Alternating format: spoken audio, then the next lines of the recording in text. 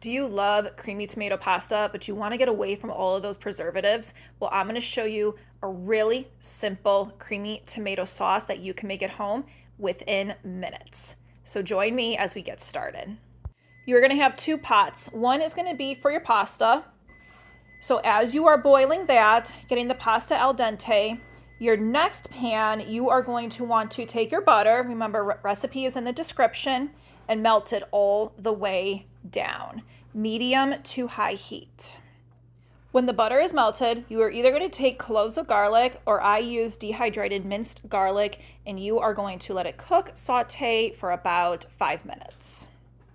Now, to make the nitty-gritty of the red sauce, you are going to put in your whipping cream, your tomato sauce, a tomato paste, and Italian seasoning, and you are just going to stir it around. You will see that beautiful light pink, light red color come through. It is going to smell amazing. Just continue stirring because that tomato paste will take the longest to melt down. Remember, you are over medium high. Go ahead and let it simmer. So turn your heat all the way down and let it thicken. It'll probably take a few minutes, and this is where you'll add your salt and pepper to taste. Go ahead and add your sauce to your drained pasta and stir around. This is a wonderful dish you can make with your friends, with your family. It's clean, you know the ingredients.